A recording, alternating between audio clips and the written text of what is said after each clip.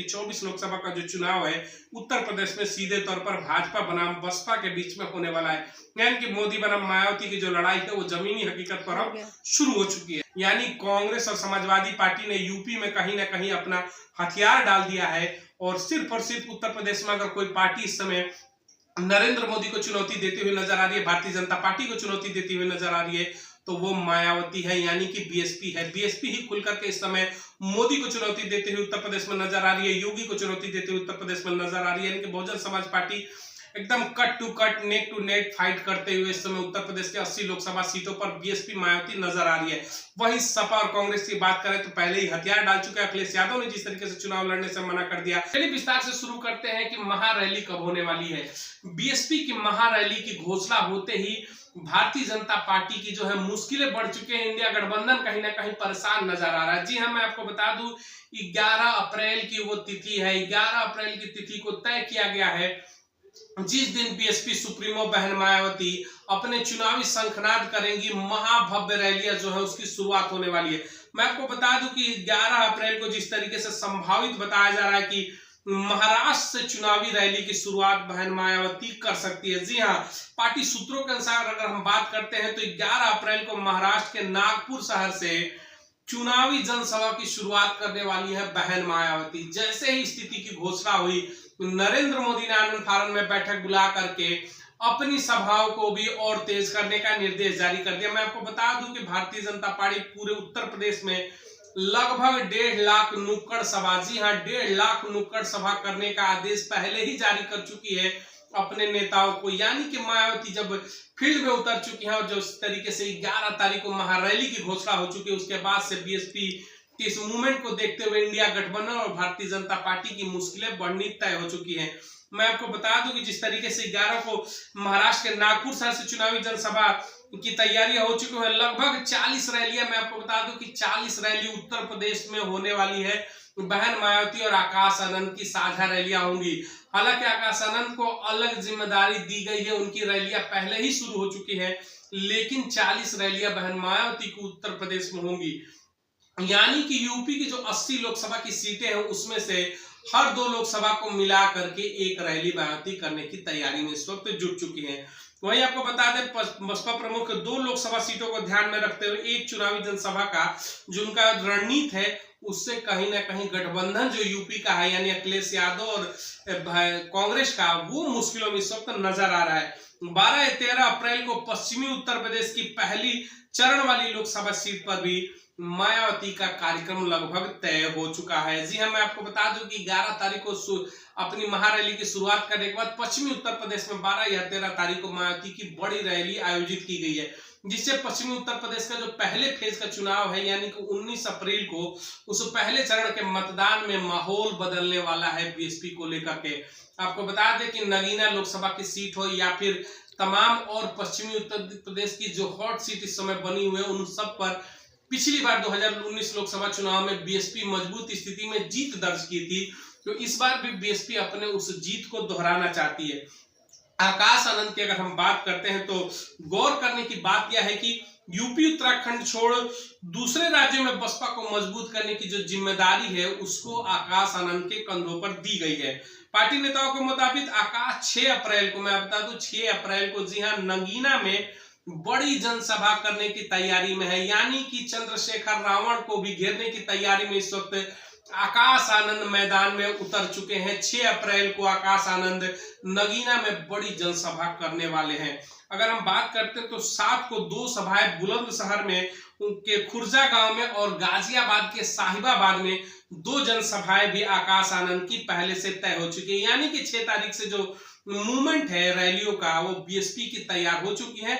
आकाश आनंद इसकी शुरुआत करेंगे। जिस तरीके से नगीना लोकसभा सीट से हॉट सीट मानी जाती है, पिछली बार जिस तरीके से बसपा के खाते में नगीना की सीट गई थी, इस बार चंद्रशेखर रावण वहां से प्रत्याशी है, तो चंद्रशेखर रावण के जो लोकसभा की सीट इसमें वर्तमान की है नगीना की, उसके लिए अब आकाश आनंद मैदान में उतर चुके हैं। वहीं गाजियाबाद में भी 7 और 8 को रैलियों की प्रस्तावित है। वहीं अगर हम बात करें 8 अप्रैल को तो बरेली, 11 अप्रैल को मथुरा और आगरा, 13 को हाथरस, 17 अप्रैल को सहारनपुर के कैराना में आकाश की चुनावी जो जनसभा है वो लगेंगी। यानी कि 6 अप्रैल से शुरू होकर 11 अप्रैल, 13 अप्रैल, 17 अप्रैल को जिस तरीके से लगातार बरेली, मथुरा, आगरा, हाथरस, सहारनपुर, कैराना में लगातार रैलियां इस समय लगाई गई हैं। पार्टी की तरफ से जिम्मेदारी दी गई है आकाश आनंद को, जो नेशनल कोऑर्डिनेटर है, उनके द्वारा लगातार रैलियां की जाएंगी। वहीं बहन मायावती भी उनसे जुड़ जाएंगी 11 अप्रैल के बाद से, और लगातार मायावती और आकाश आनंद की जो साझा रैलियां हैं पूरे देश के अंदर देखने को मिलेंगी। वहीं यूपी की बात करते तो यूपी में इकलौती मायावती अकेले ही 40 रैली करने की इस बार पूरी तैयारियों में है। यानी कि जो इंडिया गठबंधन इस बार बना था, सो कॉल्ड जो इंडिया गठबंधन था, जिसमें ना कोई मुस्लिम चेहरा ना कोई दलित चेहरा, उस गठबंधन का जो है पोल खोलती हुई इस वक्त बीएसपी नजर आ रही है। बीएसपी जिस तरीके से इस बार चुनाव में उतर रही है, जिस तरीके से 40 रैलियां यूपी में इस समय तैयार की गई है, वहीं आकाश आनंद के नेतृत्व में कम से कम 100 से ऊपर रैलियां की जाएंगी। यानी लगभग 150 से ऊपर रैलियों को केवल यूपी के अंदर जो तैयारी है उसको लेकर के कहीं ना कहीं विपक्ष जो है वो घबराते हुए नजर आ रहा है। उसी की देन है कि अखिलेश यादव लगातार जिस तरीके से कल गाजियाबाद में उन्होंने अपना प्रत्याशी बदला, जिस तरीके से मथुरा में उन्होंने 2-2 अपने प्रत्याशी बदले, जिस तरीके से कन्नौज और तमाम जगहों पर अपने प्रत्याशी बदलते हुए नजर आ रहे हैं, तो कहीं ना कहीं जो दबाव है, बीएसपी जिस तरीके से मूवमेंट कर रही है, बीएसपी जिस तरीके से अपनी तैयारियों में लगी है, इससे समाजवादी पार्टी घबराई हुई नजर आ रही है। वहीं अगर हम कांग्रेस की बात करेंगे तो कांग्रेस भी अपनी सीटों को लेकर के अभी असहज महसूस कर रही है यूपी के अंदर, क्योंकि यूपी का जो समीकरण है दलित मुस्लिम समीकरण, उस पर बहन मायावती को इस बार जबरदस्त समर्थन मिलते हुए ग्राउंड रिपोर्ट पर हम लोगों ने तमाम जगहों पर बात की। जिस तरीके से पिछली बार की घोसी लोकसभा सीट बीएसपी के खाते में गई, जब ग्राउंड रिपोर्ट हम लोगों ने किया तो गांव में आज भी बीएसपी को लेकर के मूवमेंट तगड़ा है और आज भी उनके समर्थकों की संख्या भारी है।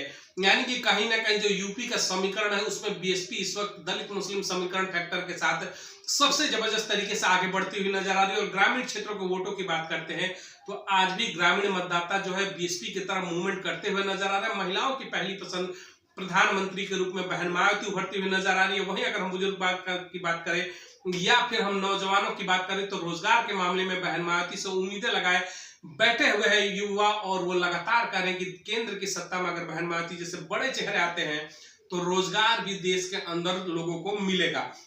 क्योंकि जिस तरीके से 2007 से 12 की जो सत्ता थी उसमें लोगों ने उम्मीद जताई थी, तो ये तमाम जो बड़ी रैलियां हैं उसको लेकर के आज खबर दिखाने का मकसद यही था कि यूपी के अंदर बड़ा बदलाव आने वाला निश्चित हो चुका है। यूपी की जो 80 लोकसभा की सीटें हैं उसमें बड़ा परिवर्तन इस बार के चुनाव में देखने को मिलेगा।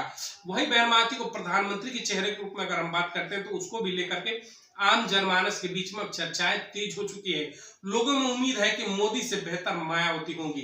लोगों को विश्वास है सुशासन प्रशासन के रूप में कि मायावती आए तो शायद केंद्र की सत्ता में जो 85% आबादी की बात करते हैं, पिछड़ों की बात करते हैं, दलितों की बात करते हैं, अल्पसंख्यकों की बात करते हैं, उनके हक और हुकूमत अगर कोई दे सकता है तो बहन मायावती जैसे बड़े चेहरे दे सकते हैं। हालांकि वही माहौल अभी मायावती को लेकर के चल रहा है। लोग उनसे जुड़ रहे हैं, उनकी बातों को समझ रहे हैं। दलित और मुस्लिम को वो फैक्टर समझ में आ रहा है कि हमारी हिस्सेदारी तभी मिलेगी अगर बहन मायावती जैसे चेहरे केंद्र की सत्ता में बैठेंगे। तो यकीन मानिएगा मजाक बनाना और मीडिया का काम है कि वो नहीं दिखाएगी, लेकिन हकीकत जो जमीनी हकीकत है कि बदलाव का बड़ा संकेत इस समय देश के अंदर देखने को मिलता है। अगर तीसरे मोर्चे की सरकार देश के अंदर मिलेगी, यानी कि भाजपा को छोड़ के अगर कोई दल बनाने में केंद्र की सत्ता में अपनी सरकार कामयाब होगा तो इस बार बहन मायावती जैसे जो बड़े चेहरे हैं, वो बार बार हम लोग कहते हैं कि ट्रम्प कार्ड है, इस बार का ट्रम्प कार्ड बहन मायावती का जो होगा वो केंद्र की सत्ता में प्रमुख भूमिका निभाएगा। और वो ट्रम्प कार्ड ये भी हो सकता है कि बहन मायावती 2024 लोकसभा चुनाव में देश की प्रधानमंत्री 4 जून को जिस तरीके से घोषणा हो सकती है। लगातार जिस तरीके से जमीनी हकीकत लगातार जिस तरीके से जमीनी रिपोर्ट की हम बात करते हैं तो पब्लिक के अंदर अभी भी उम्मीद की जो किरण है वो बीएसपी को लेकर के लगातार बनी हुई है। अब हम बात करते हैं पूर्वांचल की कुछ सीटों को लेकर के। गाजीपुर में जिस तरीके से हालिया घटनाक्रम हुई, मुख्तार अंसारी की मौत को लेकर के जिस तरीके से उनका परिवार लगातार हमलावर रहा। अगर हम बात करते हैं जनपद बलिया की अगर सीट की हम बात करते हैं या फिर घोसी लोकसभा सीट की बात करते हैं, गाजीपुर की मैंने जैसे चर्चाएं की थी, बनारस की चर्चाएं की थी, आजमगढ़ की अगर हम बात करें तो पूर्वांचल की तमाम ऐसी जो सीटें हैं वहां पर दलित मुस्लिम फैक्टर जो है वो बीएसपी के साथ खुल करके इस समय मैदान में उतरते हुए नजर आ रहे हैं, क्योंकि जिस तरीके से अखिलेश यादव कंफ्यूज होकर के मैदान छोड़ करके पहले ही भाग चुके हैं चुनाव से, वो चुनाव न लड़ने का अपना ऐलान कर चुके हैं, जिस तरीके से लगातार उनकी सीटें कन्नौज की या फिर तमाम जगहों की सीटें बदलते हुए नजर आ रहे हैं, इससे लगता है कि कहीं ना कहीं समाजवादी पार्टी ने पहले ही हथियार डाल दिया है। कांग्रेस जिस तरीके से यूपी छोड़कर चली गई, राहुल गांधी वायनाड से लड़ाए, पल्लवी पटेल ने जिस तरीके से एआईएमएम के साथ गठबंधन कर लिया, जिस तरीके से स्वामी प्रसाद मौर्य ने अलग चुनाव लड़ने का फैसला कर दिया, यानी सब किसी ने कहीं ना कहीं भारतीय जनता पार्टी से दूरी बनाते हुए नजर आ रहे हैं।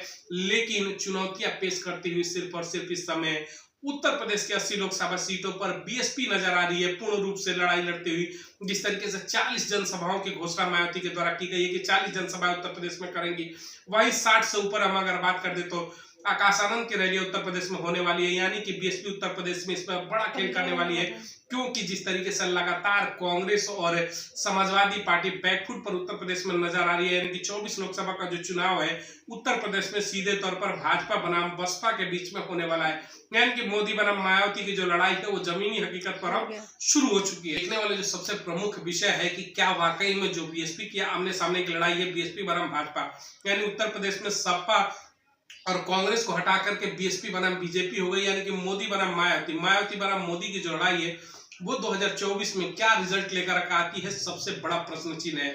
मिलेंगे अगली तमाम बड़ी खबरों को लेकर के बीएसपी के मूवमेंट से जुड़ी हुई 2024 लोकसभा चुनाव की 80 लोकसभा सीटों पर लगातार सर्वे जारी है।